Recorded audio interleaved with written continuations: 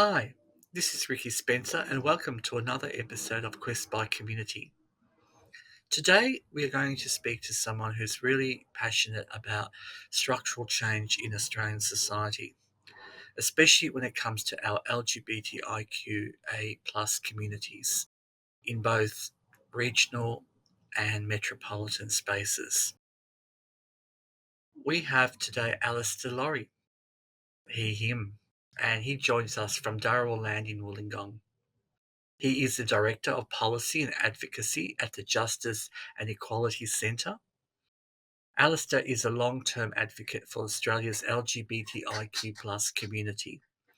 Currently, he serves on the boards of LGBTIQ plus Health Australia 2010, and he's also on the LGBTI subcommittee of the Australian Lawyers for Human Rights, and he's the co-chair of Tennis Australia's LGBTIQA plus advisory group. And as well as all that, he writes about LGBTIQ plus human rights, including anti-discriminations, on his website. Welcome, Alastair. Good morning. Thanks very much for having me. I want to start with our introduction. I mentioned that your position at the Justice and Equality Centre in introduction. What does your role in there involve?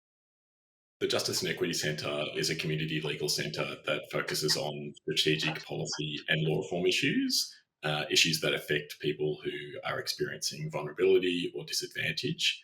That includes First Nations, disability, civil rights, energy and water justice, and homelessness. My role there includes managing a small team. We deal with the media and communications issues, but I specifically help lead our anti-discrimination law reform work. In the past, that's included looking at things like the religious discrimination bills under the Morrison government and ongoing looking at the issues of LGBTQ students and teachers in religious schools and how we can protect them. I want to now really tack into one of the areas that you mentioned, which is the Commonwealth anti-discrimination law reform area. Talking specifically about the issue of LGBTIQ students and teachers in religious schools, where do things stand currently around the country? So we might start with the good news. So the good news is that students and teachers are protected in Tasmania, Victoria, the ACT, and Northern Territory. In less good news, only LGBTQ students are protected in Queensland. Teachers there are subjected to what is effectively a don't ask, don't tell regime. The bad news is that under Commonwealth law in New South Wales and in Western Australia, LGBTQ students and teachers aren't protected against discrimination by religious schools, while the situation in South Australia is a little bit more complicated for reasons that we don't need to go into today. There's been a lot of recent political debate about this issue, especially at federal level.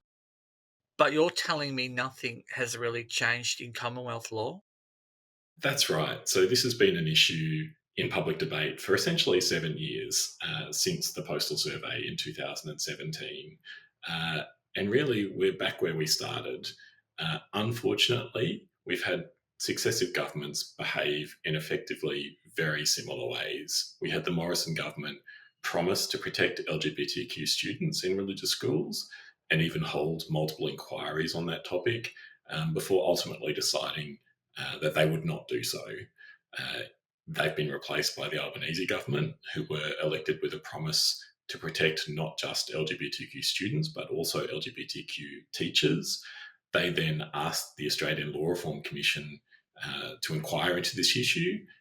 They reported back at the end of 2023 and made a number of really straightforward recommendations for how LGBTQ students and teachers should be protected.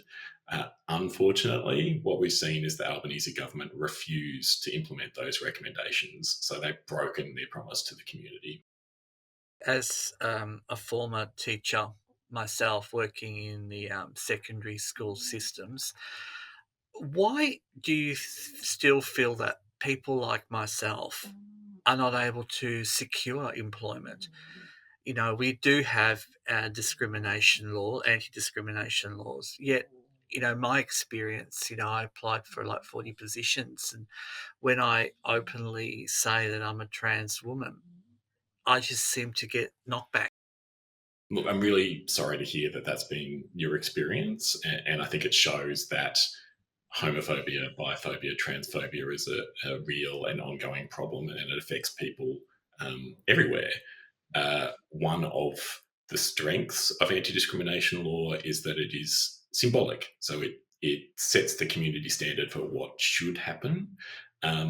One of its weaknesses is that it relies on the people who are affected by discriminatory acts to bring forward complaints, um, make complaints on their own behalf, and they are usually the people who have less power in that situation. So a complaint-driven system puts such an onus on people that in a lot of cases it's easier to move on, look for a job somewhere else, or be disheartened by the whole experience and give up, than it is to actually prosecute those rights via tribunal. So even when we get to the point that we've protected LGBTQ students and teachers in government schools and non-government schools around the country, that's not enough. The law alone won't be enough. We'll need to continue to change attitudes and policy. What do you think needs to happen from here? The starting point is we need to work towards a situation where all students can learn and grow free from the fear of mistreatment on the basis of who they are. And all teachers are employed on the basis of their skills and experience, not their sexual orientation or gender identity. We're a long way from there at this point. Really, the starting point has to be that the Commonwealth governments makes good on their promise, that they implement this really straightforward reform. At this point, there is still technically enough time for a Commonwealth government with courage to make this reform happen before the next federal election. Uh, Unfortunately, we don't see really any signs of that happening, which means that this is going to be an election issue. We've got a federal election due between now and May 2025. So we need to be putting pressure on all political parties and candidates who are contesting that election to say not just that we demand this reform, but also that they promise to do it in the first 6 months of next year, of next year's term, so by the end of 2025, because really LGBTQ students and teachers have waited long enough. So I'd encourage viewers to start by making contact with the Prime Minister and demand that he follow through on his promises in this area. One thing I wanted to touch on quickly, and it comes from my own research and speaking to a lot of other people, and I know yourself, you've written in this area. How important is it for us to bring alongside our allies when it comes to action? It's essential. So we're not going to make this reform on our own. We need to have family members, friends, anyone who's interested in justice and progress to be making this argument alongside with us. We also need the other groups who are affected by similar discrimination to work with them. So, usually, the exceptions that relate to, say, religious schools in this example, also apply to women, and they usually apply on the basis of relationship status. In some cases, they apply on the basis of disability. So, these are broad groups that collectively, if we argue for change together, we can make that change possible.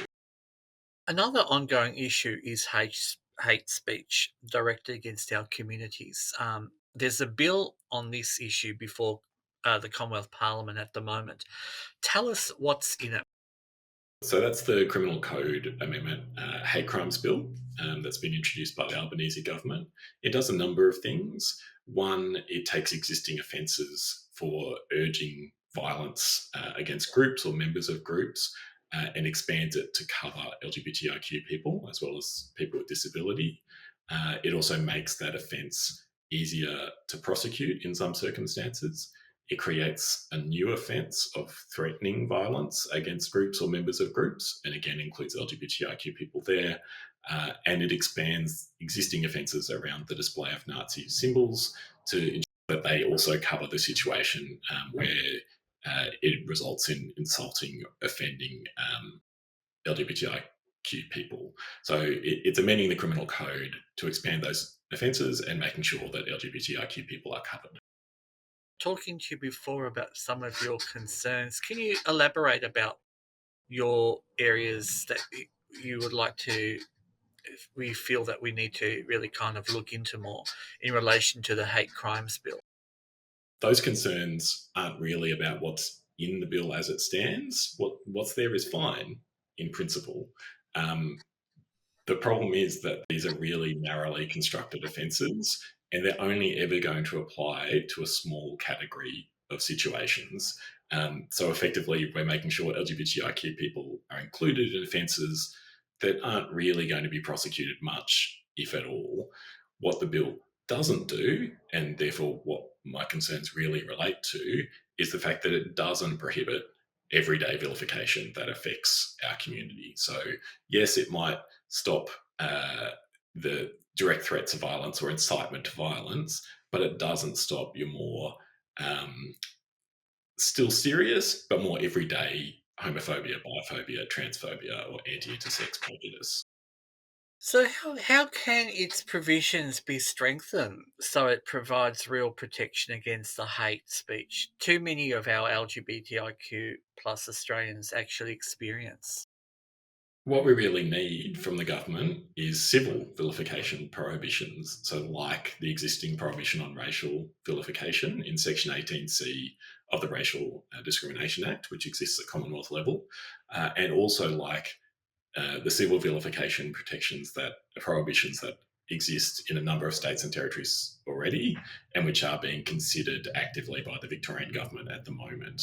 So we need those to be introduced at federal level. Fortunately, there is a current Commonwealth parliamentary inquiry into the hate crimes bill, and so that's what the Justice and Equity Centre and I know other groups will be arguing for through that process to make sure that, in fact, we don't just have a bill which won't ever be used, but we have some strong civil vilification provisions which can help us in everyday situations. And now I want to quickly head off to our next area to look at, and that's at New South Wales LGBTIQ plus law reform. Now, your organisation, the Justice and Equity Centre, is based in Sydney. And you mentioned earlier that LGBTIQ students and teachers in New South Wales religious schools aren't protected against discrimination. Tell us more about the situation in New South Wales schools. The situation here is actually really dire. We have the worst laws in the country on this issue. So it might surprise some people to know, but under the New South Wales Anti Discrimination Act, it's not just religious schools and colleges that have these exceptions, but it's all non government schools. So private schools and colleges, even where they're not religious, are exempted. The second key part is there's no test that they need to satisfy in order to use these exceptions. So under the Commonwealth Sex Discrimination Act, for example, for a religious school to use this exception, it at least needs to be in conformity with their doctrines or tenets and necessary for certain reasons. Whereas under the New South Wales Act, it's just blanket. The Act does not apply to private schools when it comes to LGBTQ students or teachers. Are there any signs that the dire situation could change in the near future? I am going to give a different answer today than I would have yesterday, unfortunately. So this morning, and we're recording this in mid October, unfortunately, it seems like the Equality Bill, which has been introduced by Alex Greenwich MP, is going to be pared back. In effect, he was proposing a bill that would amend the Anti Discrimination Act, not just to protect LGBTQ students and teachers, but also to make sure that bisexual, non binary, and intersex people were finally protected under the New South Wales Act, and make a range of other amendments to the existing religious exceptions under the Act, which are very, very broad. But unfortunately, what we've heard today is that those provisions will no longer be proceeding in the Equality Bill in order to try to secure New South Wales government support, which means that we are still left with a different process, uh, but it's a longer term process in which we can secure these changes. So the New South Wales government has referred the Anti Discrimination Act to the New South Wales Law Reform Commission for review. They have already done a round of preliminary submissions as of last year. We're really hopeful that they'll start to move on then to more substantive consultations and ultimately make recommendations for reform in the next 12 months. The theme has been in our shows in recent episodes about how we can get people who are viewers to really get involved and to really enable some changes to happen. So, based on what's happening to our community in New South Wales and how that can be live their lives free from discrimination and vilification, what can people do? In this area, there's two important things they can do. One, obviously, with the Law Reform Commission process, to make submissions and to make the case for why we need to drag our LGBTIQ vilification and discrimination protections into the 21st century. The second is to try to secure political support for that. So while the New South Wales government did make that referral to the Law Reform Commission, they've not actually given any specific commitments as to whether they would protect LGBTQ students or teachers or add bisexual, non-binary and intersex people to the coverage of the Act. So in addition to making those submissions, we need people to contact the Premier, Chris Minns, and anyone else in New South Wales Parliament that they know, including their local members, to say this situation is no longer good enough in 2024. The current process for trans and gender diverse people to access a new birth certificate in New South Wales. Can you elaborate on this for us? So the relevant legislation here is the Births, Deaths and Marriages Registration Act 1995.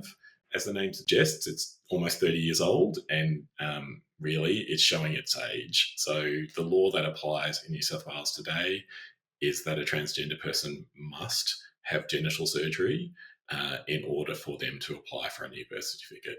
Um, they also then, in nearly all circumstances, only get to choose between male and female as gender markers under that process. So non-binary and other forms of gender recognition aren't available in New South Wales at this point. How does that compare to other states and territories? We're now the only state or territory that has this process. Following recent reforms in Western Australia, which abolished their own gender recognition board, all states and territories other than New South Wales have now got rid of the requirement for any type of physical treatment in order to apply for a new birth certificate. In Western Australia, the Northern Territory, and South Australia, that still involves some kind of medical or counsellor sign off, so they have to approve your application. But for other states on the eastern seaboard, for Queensland, Victoria, the ACT, and Tasmania, it's either just a stat dec by the person involved, or it's a stat dec supported by a supporting statement from somebody they've known for more than 12 months. So New South Wales' approach to this is incredibly outdated and draconian. So, what is the impact of these laws on our trans and gender diverse communities in New South Wales? There's a range of impacts. To start with, we should acknowledge that for a lot of trans and gender diverse people, many people don't want to have gender affirming surgery. And even for those who do, many can't afford it because the costs are simply prohibitive. It also is imposing something that can involve decisions about bodily autonomy. So, really taking away the bodily autonomy of trans and gender diverse people, as well as having impacts like sterilisation, so denying the right to found a family and other forms of reproductive freedom. Then, for people who are denied a birth certificate under the current scheme, you can talk about things like not having access to documentation that reflects how they present. So people can be outed and be exposed to discrimination and violence because their ID doesn't reflect who they are. But above all, I'd say it comes down to dignity.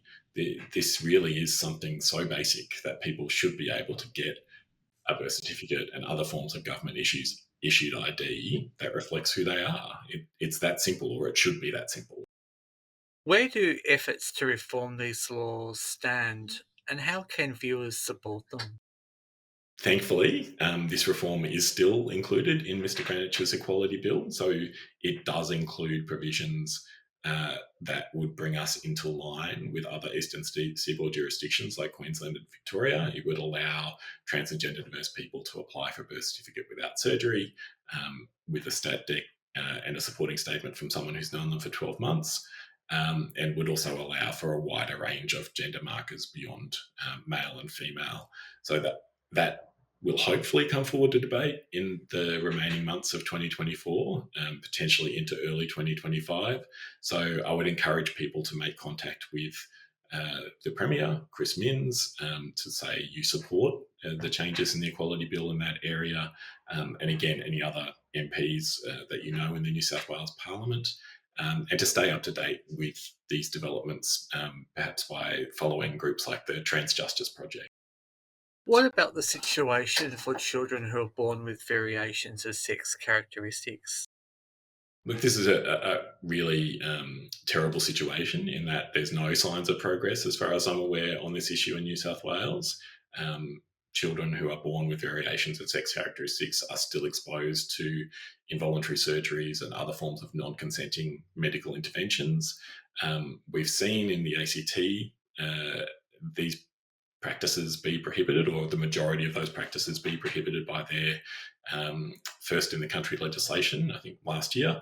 I understand Victoria has also been developing similar legislation, even if it's arguably been taking a little too long to get over the line. But we've seen no signs of action in Queensland, in New South Wales, to try to end these really gross violations of human rights. I want to now talk on another important topic, and that's been the 2026 census.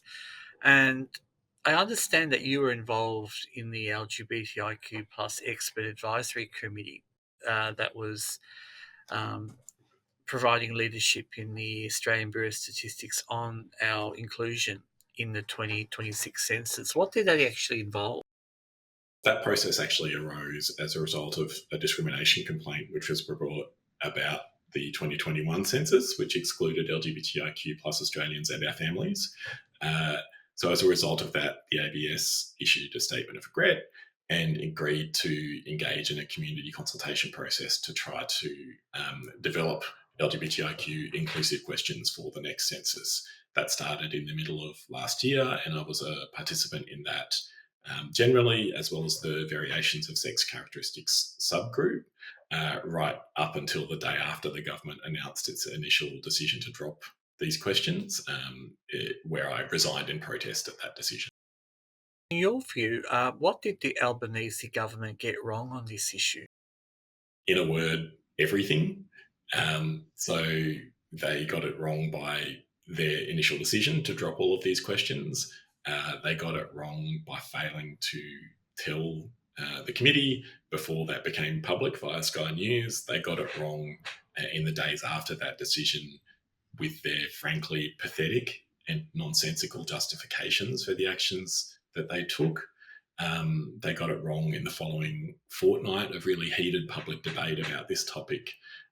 So even though they subsequently made two partial backflips, I don't think we ever really saw them acknowledge and try to make amends for the really significant breach of trust that they had committed by their decision, and the unnecessary division that they had caused by taking the decision that they did. Where do things stand now? Who will and won't be counted in 2026? So I mentioned before that they did make a couple of partial backflips on this issue. So as it currently stands, sexual orientation will be a question in the 2026 census, and gender identity will be a question in the 2026 census. So at the very least for LGBT adults, they will be counted. Unfortunately, there are two other groups that won't be. So, first, we talk about gender identity will only be asked of people who are 16 and over. So, it won't count trans and gender diverse young people. And the justification that the government provided for that was really terrible. So, Anthony Albanese, the Prime Minister, in question time, effectively said that 16 was chosen because that's the age of consent, even though gender identity doesn't have anything to do with sexual intercourse. So it's just a nonsensical approach from the government and leaves trans and gender diverse kids excluded. The second exclusion is that it won't include a question on sex characteristics. So intersex people won't be counted in the 2026 census. And that's really disappointing when we see, even across the Tasman, they just released their census results from the census they conducted last year. and they quite successfully included a question about sex characteristics. What are the consequences for having some of our community being excluded? So the consequences really come back to why we wanted to be included in the census in the first place. It wasn't just about a feeling of inclusion and value, even though those things are important. It's also because the census collects, it's the biggest data source about the Australian population. So it collects a range of different information about how big different groups are, where they live, what needs they might have in terms of education and health and welfare. So it's the nation's data set. And if you're not included in it, then you're not included for the purposes of the government making subsequent decisions about planning, about resource allocation, about how much money needs to be spent. Because if you don't know the answers to those questions, it's really hard to convince the government to spend money on that basis. So excluding trans and gender diverse kids and excluding intersex people from the next census is effectively tying hands behind our back, saying, making it much more difficult to advocate for funding on those issues, and saying effectively, we're not counting you, so you don't count when it comes to doling out the money for essential services. I know we run out of time, but I want to ask you, with all your work, with all your tiresome areas that you've given to our community, what's one of your proudest achievements? Thanks very much. It's actually quite a discrete, or some might even argue niche achievement, but it's the inclusion of gender identity and intersex status in the Fair Work Act for the purposes of adverse action and unlawful termination. And that happened in late 2022. So I'll just take a quick step back. When the Sex Discrimination Act was amended in 2013 to add LGBTI people in that act, some other amendments were made to the Fair Work Act, but they did not include trans and gender diverse and intersex people for the purposes of adverse action or unlawful termination in the Fair Work Act. That's something I became aware of a little bit after that time, and really from 2017 and 2018 took it as a personal quest to try and make sure that shortcoming of the law was addressed. So that involved writing to the previous government, writing to the opposition and the Greens, trying to get media interest, trying to get Senate estimates questions, working in partnership with people like Morgan Carpenter, who's wonderful at Intersex Human Rights Australia, the people at Just Equal Australia, and then in 2021 and 2022, making sure to engage with the ACTU and Tony Burke, who was then the Shadow Minister in the lead up to ALP National Conference, securing a commitment that they would change this law to include gender identity and intersex status in the Fair Work Act. And then that finally came to fruition in November 2022. So 9 years, a bit over 9 years late, they should have been there from the start. But I'm not only happy for the outcome that trans and gender diverse people and intersex people know that they're covered, but also it's one of the rare instances of law reform where I can point to and say, I'm not sure that would have happened without my involvement. So I'm really proud of that. Alistair, it's been a wonderful journey hearing about all the incredible work you do and that you continue to do for our community and, of course, for everyone in society. I always say when you get it right for our community, you get it right for everyone to be able to access services and resources. Thank you for coming on today, Alistair. Thanks very much for the opportunity. It's been lovely as always. Thank you for watching Bent TV. We hope to always bring you the latest and up-to-date information. And also, if you're very interested to follow Alistair and his journey and connect with him, we're going to post all his social media tags. And please reach out to make some change today.